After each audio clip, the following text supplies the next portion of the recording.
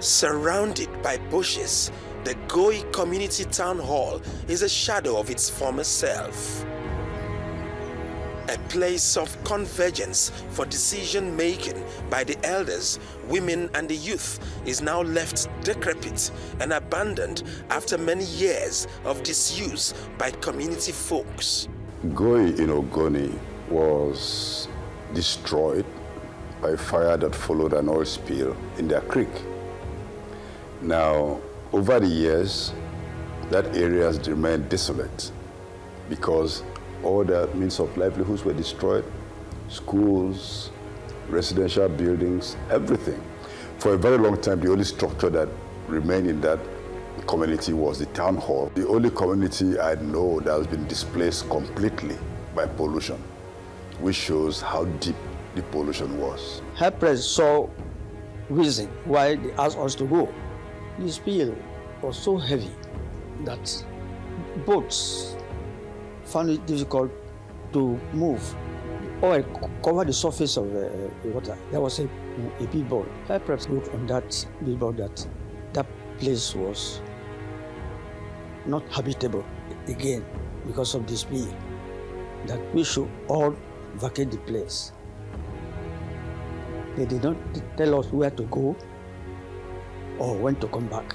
Some people even left here and traveled to Cameroon, and those people, I haven't been able to see them till now. I was told that few kilometers away is a building owned by a one-time prominent chief and businessman, Dikin Bariza Mansin Tete Do. Good morning.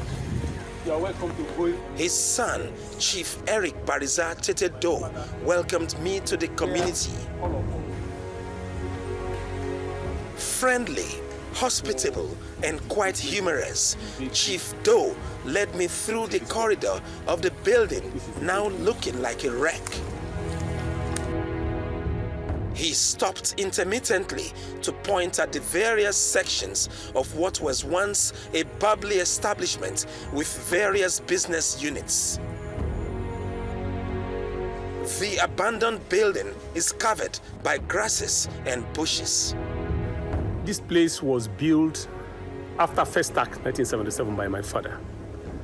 We were here, he established the bakery, the poultry, fish ponds, the goatry, and a school. After some years, when there was continuous pollution of the environment, High Prep came and told us that we should leave the environment, that it's highly polluted. And so we left our ancestral land. It's not only us, several people went into diaspora. And that is why here is like this.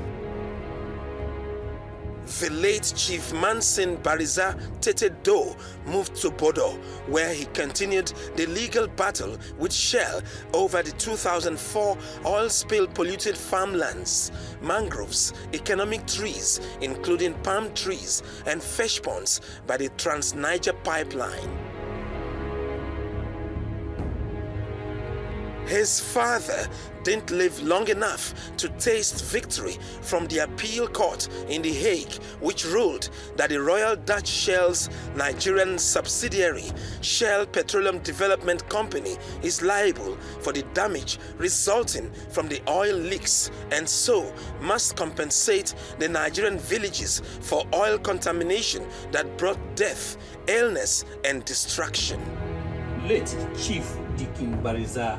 The late Chief Do was buried in Bodo, not the land of his forebears, Goi. My father started this struggle in Goi in 1997 by filing a legal suit against Shell for the spill that impacted the investment. This legal battle was in the Federal High Court 2 in Port Harcourt. He became sick. I have to take over the matter. And in 2003, there was a massive spill from the Bomu manifold, Kibaradere. And at the end of the day, he died before the judgment was given on the 21st of January 2021. From 2004 to 21st January 2021, you see the amount of years that the matter went on. But I'm the only survivor of the whole matter. All my co-conspirators plaintiffs have died. It was ebb tide when I approached the shoreline of Goi. Here, a lonely bird was feeding on a tiny fish in a little body of water.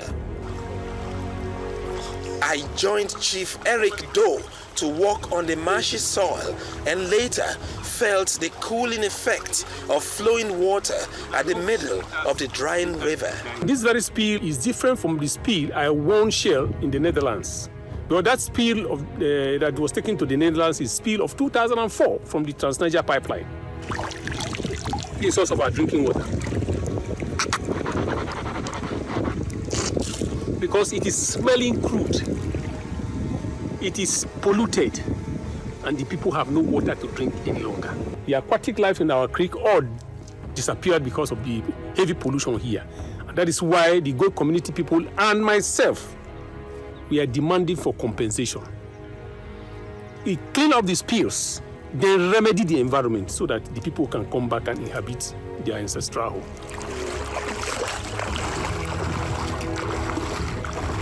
If you look at the union report, Goi community is never mentioned once. Yet, that is the only community in Nigeria where oil pollution has led to a complete evacuation of everybody. No one human being is living in Goi. That is one community that does not have an oil well. They don't have a pipeline, but due to accident of history, this tidal water, whenever it helps to their side, it will carry the old pollution from Okrika, from Bodo, from Boni, from Andoni, and dump there. So it is not their fault. But the politics that was involved in that assessment should ensure that that community was not mentioned because they were trying to dodge something. Haven't paid about £58 million in Bodo, which has a boundary with Goi. It's intriguing to note that Goi does not have an oil well or manifold, but bears the brunt of major spells because of tidal peculiarities. This is rotting coconut on an abandoned fish pond.